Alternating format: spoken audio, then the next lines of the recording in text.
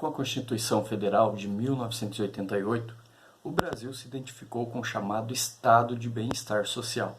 Isso é, estabeleceu a igualdade social como meta do Estado, com ênfase na promoção dos direitos sociais da população, especialmente dos mais carentes.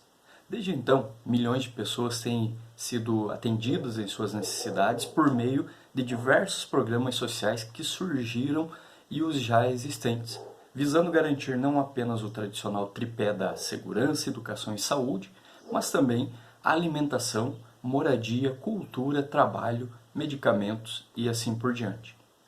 Contudo, esses programas governamentais talvez tenham um efeito colateral na população. O brasileiro em geral parece pressupor que já está fazendo bastante pelo próximo ao pagar seus muitos impostos.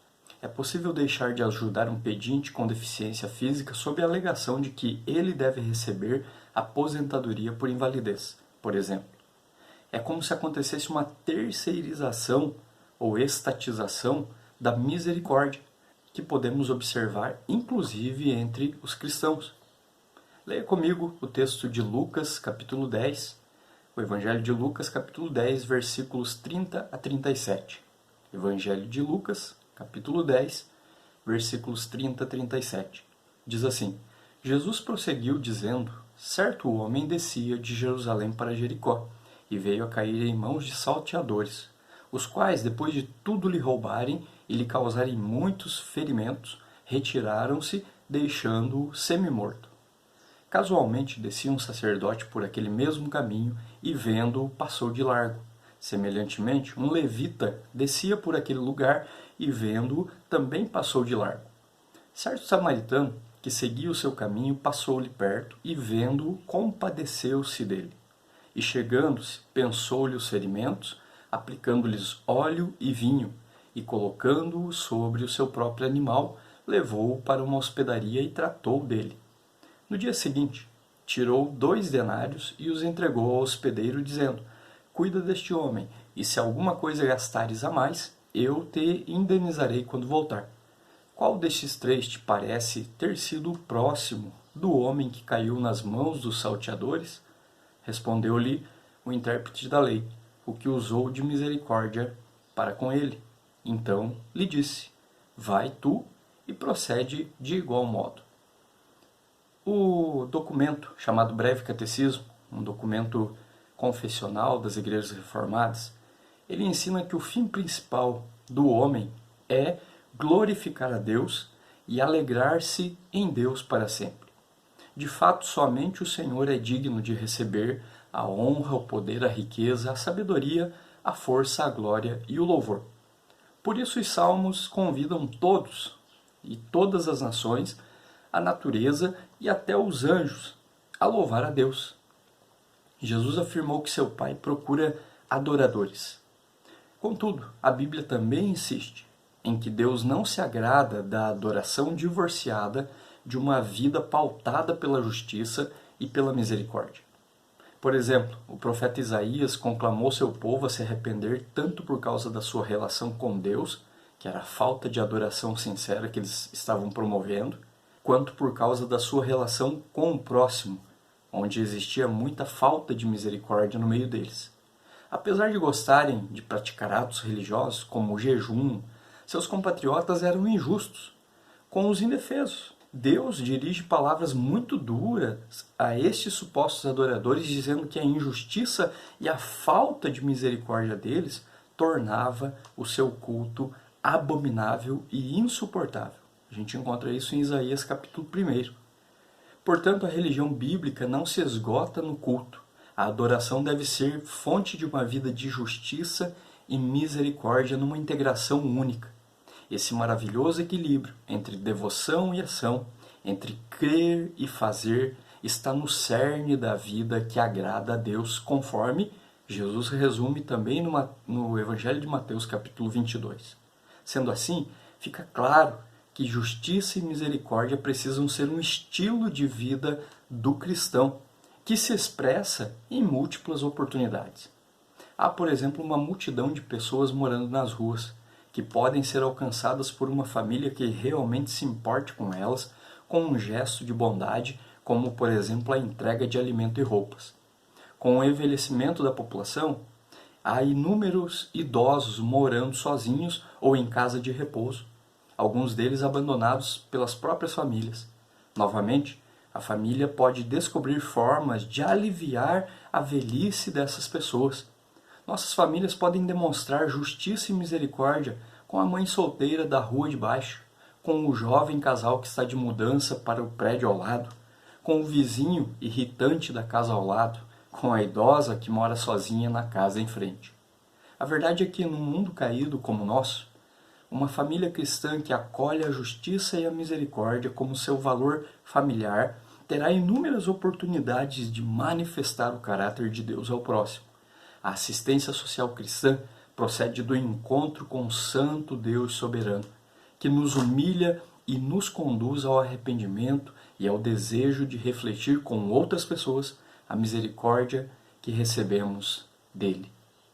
E ao contrário das ações sociais promovidas pelos governos ou por personalidades, que sempre se valem da caridade como fonte até de marketing, a misericórdia bíblica prefere atuar longe dos holofotes, sem buscar a recompensa dos aplausos humanos, e até sem receber a gratidão de quem é socorrido.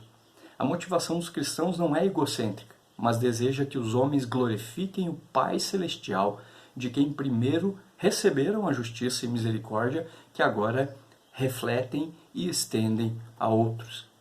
O exercício da misericórdia depende da identificação com o outro. Vir de uma família judaica tradicional ajudou o profeta Isaías a se identificar com seu povo. Sabemos de sua origem pelo seu estilo e vocabulário que, segundo os estudiosos do texto hebraico, indicam alguém com educação elevada. E também porque o nome de seu pai, Amós, é sempre mencionado, indicando alguém importante.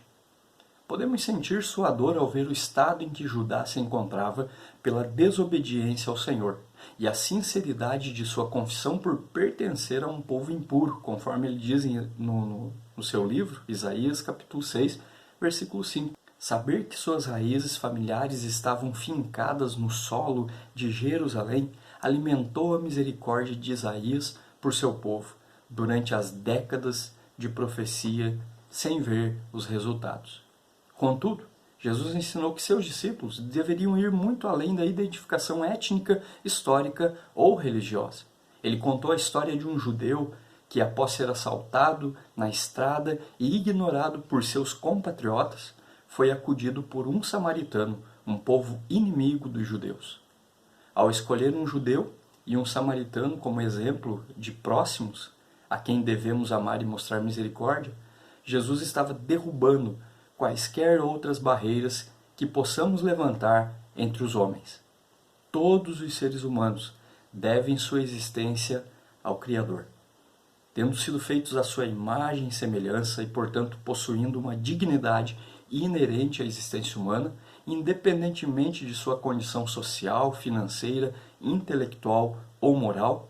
Essencialmente somos todos iguais e somente o nosso orgulho nos impede de enxergar e de agir de acordo com isso. Essa identificação do outro como um igual está pressuposta nas ordens de Jesus para que façamos ao próximo aquilo que gostaríamos que fizessem a nós e que amemos o próximo como a nós mesmos. Aliás, para ser o nosso Salvador, o próprio Jesus se identificou conosco a ponto de sofrer as nossas dores, limitações, tentações e enfrentar a morte. Quando mostramos misericórdia a todos, sem distinção, estamos imitando o Deus vivo que faz o bem a injustos, pagãos e ateus. E estamos imitando também o Filho, que em seu ministério terreno fez o bem a todos. O ideal da misericórdia, portanto, é que todos possam ser alcançados.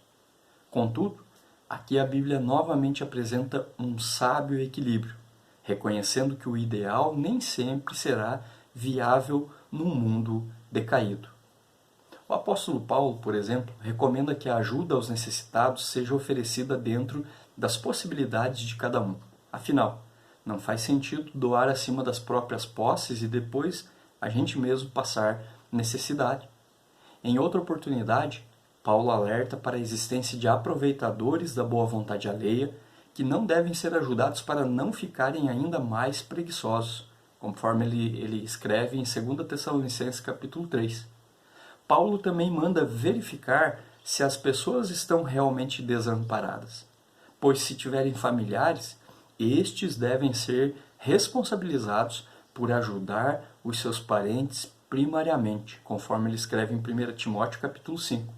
E por fim, Paulo incentiva os crentes a assistirem prioritariamente aos necessitados da igreja, estendendo misericórdia aos de fora somente depois, conforme ele ensina em Gálatas capítulo 6. Uma família misericordiosa deve procurar os meios eficazes de ajudar o próximo.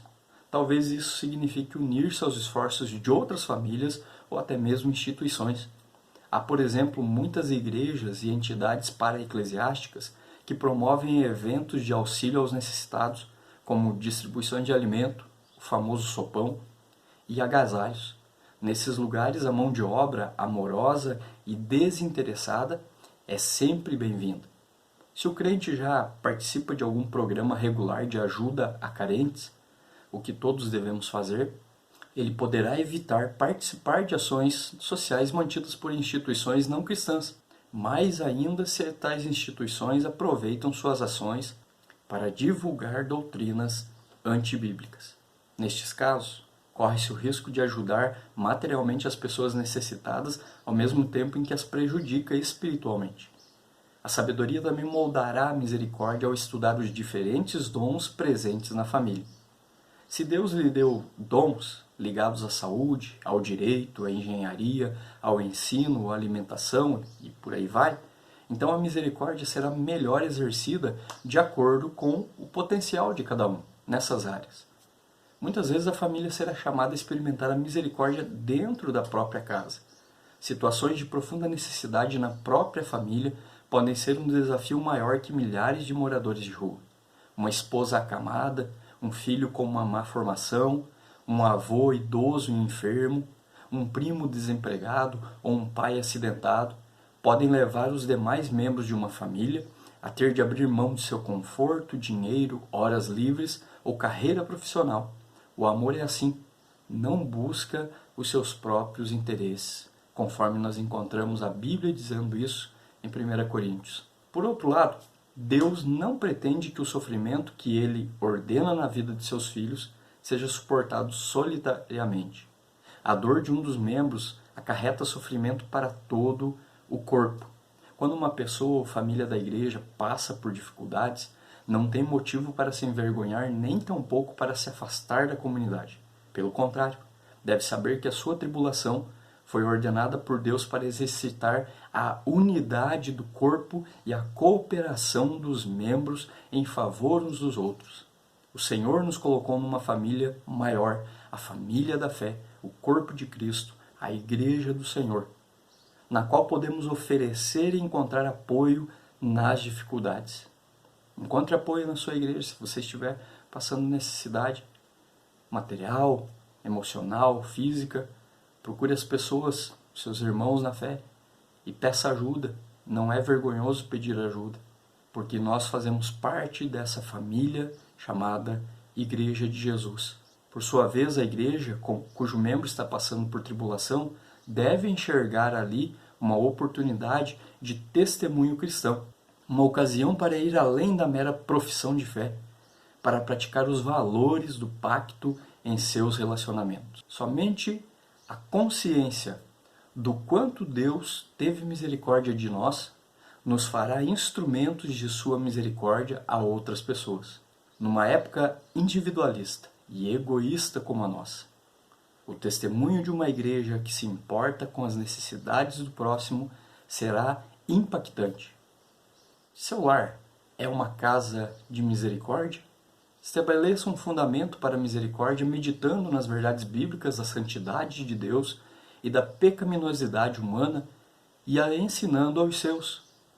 Procure saber das oportunidades de misericórdia próximas. Um bom começo pode ser a colaboração com igrejas ou instituições evangélicas que já têm alguma ação nesse sentido.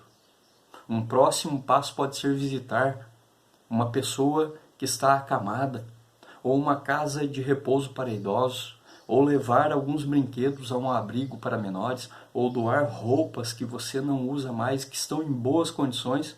Não devemos doar roupas rasgadas, estragadas, porque ninguém usa. Mas roupas boas que a gente não usa mais, doar para pessoas que estão, com certeza, necessitados daquilo que a gente às vezes tem de sobra.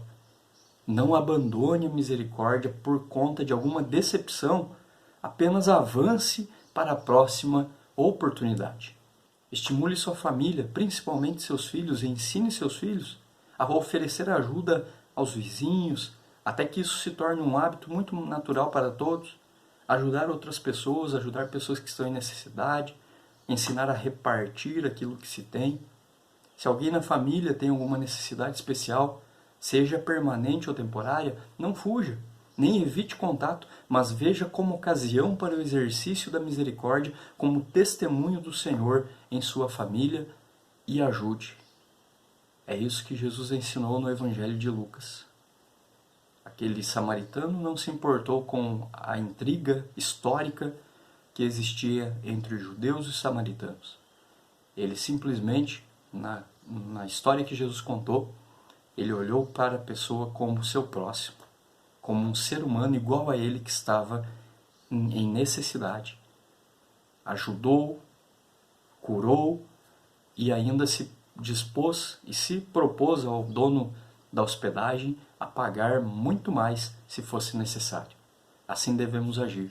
E assim as nossas famílias, como receptáculos da graça de Deus, devem agir em favor do outro como uma casa de misericórdia, como um lar de misericórdia. Que a misericórdia faça parte das nossas vidas, não para um marketing próprio, não para que a gente tenha, como dizem por aí, um desencargo de consciência, não, mas por obediência àquilo que Deus fez por nós e aquilo que Deus ensina em sua palavra. Sejamos misericordiosos.